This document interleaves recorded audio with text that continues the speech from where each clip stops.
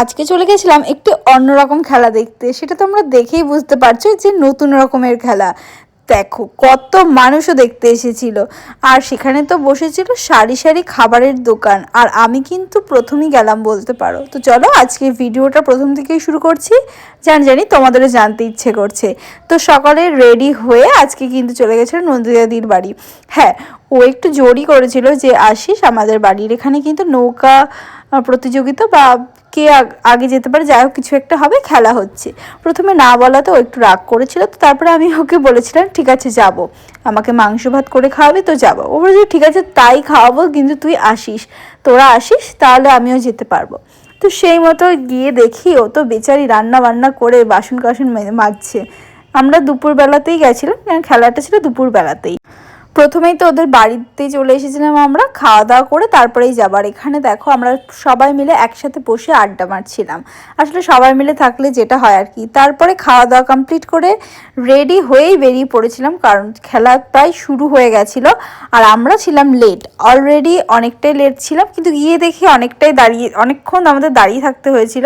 মানে একবার হয়ে গেছিলো খেলা, আর একবার স্টার্ট হবে তার জন্য গিয়ে তো দেখি ভীষণ ভিড়। আমি ফার্স্ট টাইম গেলাম, আর এখানে পাঁপড় ভাজা, ফুচকা, এগরোল কি বসেনি, তার সাথে মানুষের ভিড়টা দেখো। আর দেখো কত বড় নৌকা ছিল, আর পুরো গঙ্গাটা জুড়ে খালি নৌকায় দেখা যাচ্ছিল।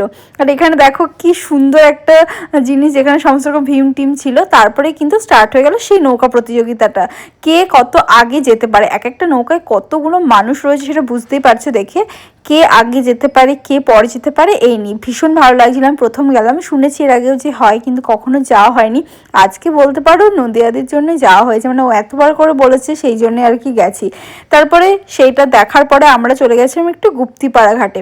মানে দাঁড়িয়ে থেকে থেকে একটু বোর হচ্ছিলাম, কারণ আসছিল না, একবার হয়ে গেলে আরও একবার আসবে, ততক্ষণ আমাদের দাঁড়িয়ে থাকতে হতো। তাই আমরা বললাম চল অন্য জায়গা থেকে ঘুরে আসি।